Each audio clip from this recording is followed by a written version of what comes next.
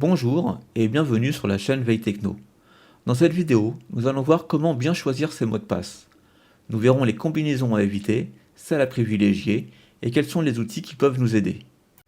Mais avant de commencer, si vous aimez mon contenu et souhaitez me soutenir dans ce que je fais, merci de vous abonner et d'activer la cloche pour être prévenu lorsque je sors une nouvelle vidéo. Et pour les plus téméraires d'entre vous, un petit pouce bleu et un commentaire, ce qui m'aide beaucoup pour le référencement. Nous sommes désormais prêts pour commencer, je vous laisse monter dans le train de la veille techno et vous souhaite un bon voyage dans l'univers du réseau.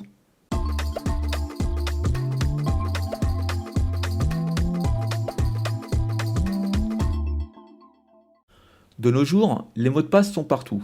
On en utilise sur de nombreux sites et applications et on aurait tendance à vouloir se simplifier la vie en utilisant des mots de passe simples à retenir.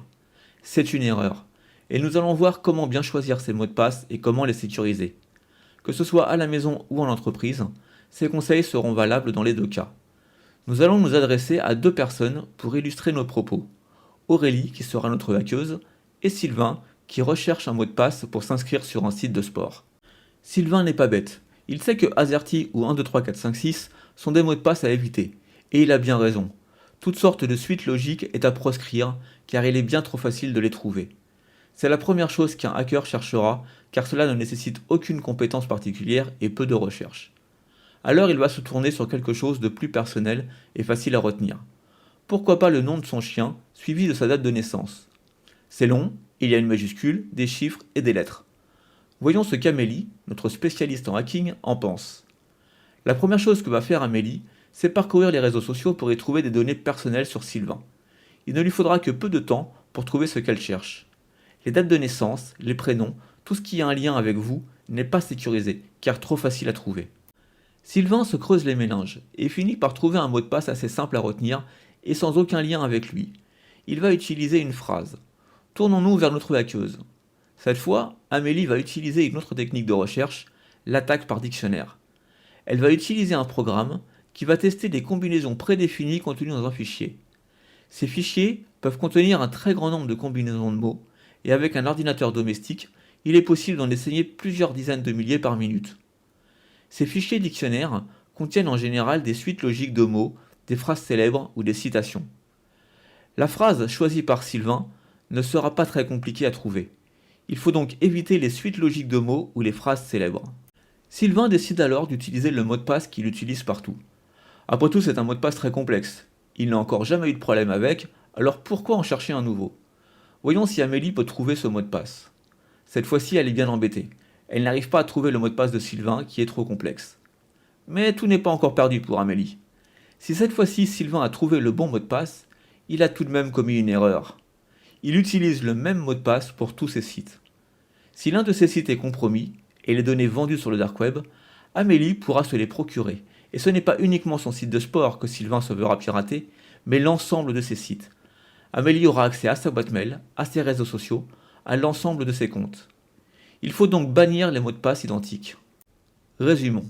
Il faut éviter les mots de passe courts, les suites logiques, les données personnelles, les phrases simples et les phrases célèbres, et les mots de passe identiques. Alors quoi faire? Comment choisir les bons mots de passe?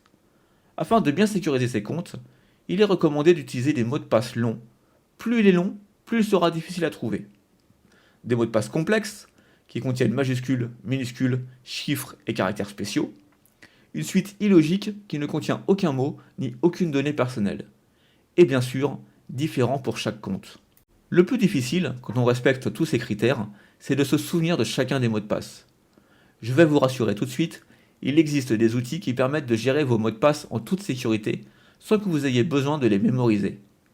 Je ne vais pas vous lister tous les outils disponibles, je vais uniquement vous parler de deux outils, un qui est un gestionnaire en ligne et un autre qui est un gestionnaire local, Dashlane et KeePass. Dashlane est un gestionnaire de mots de passe en ligne. Vous pourrez y accéder depuis tous vos appareils connectés. Il offre une solution complète pour gérer les informations d'identification de manière sécurisée. Le seul mot de passe que vous aurez à retenir est celui de votre compte Dashlane. Ce gestionnaire vous permettra aussi de stocker des notes sécurisées, des moyens de paiement et même des pièces d'identité. C'est un outil payant qui coûte environ 4 € par mois. Pour les gens qui souhaitent avoir accès à leurs données sécurisées de n'importe où, Dashlane est fait pour eux. KeePass est un gestionnaire de mots de passe local. Vous n'êtes pas dépendant d'un système extérieur. Tout se trouve sur votre ordinateur. Il est très puissant, gratuit et open source.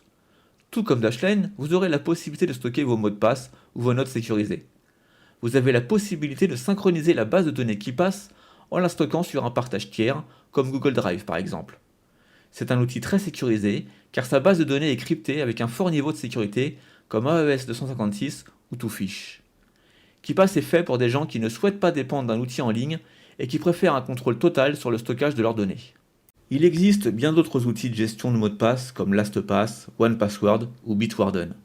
Je vous laisse les découvrir et choisir celui qui vous conviendra le mieux. C'est ici que notre vidéo se termine. J'espère que vous avez apprécié notre voyage et qu'il vous a permis d'enrichir vos connaissances. Il ne me reste plus qu'à vous souhaiter une bonne journée en espérant vous revoir très bientôt pour un nouveau voyage à bord du train de la veille techno.